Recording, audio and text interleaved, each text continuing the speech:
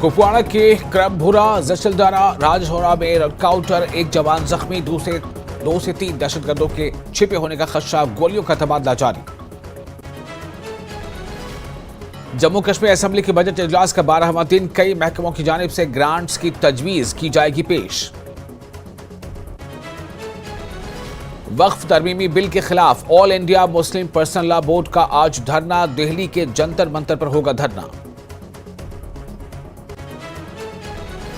मुस्लिम personal law board के धरने पर जेपीसी के चेयरमैन जगदम्बिका पाल का रद्द अमल। कमेटी ने न सिर्फ बोर्ड की बातों का लिया नोटिस, बल्कि इसे रिपोर्ट का हिस्सा भी बनाया।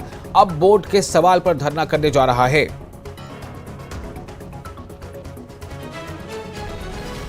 लद्दाख के सरहदी गांव मिशको वादी का राब्ता द्रास हेडक्वार्टर से मुनक़ता, 5 फीट तक जमी है बर्फ। मकामी लोगों ने सड़क राब्ता जल्द बहाल करने की मांग की।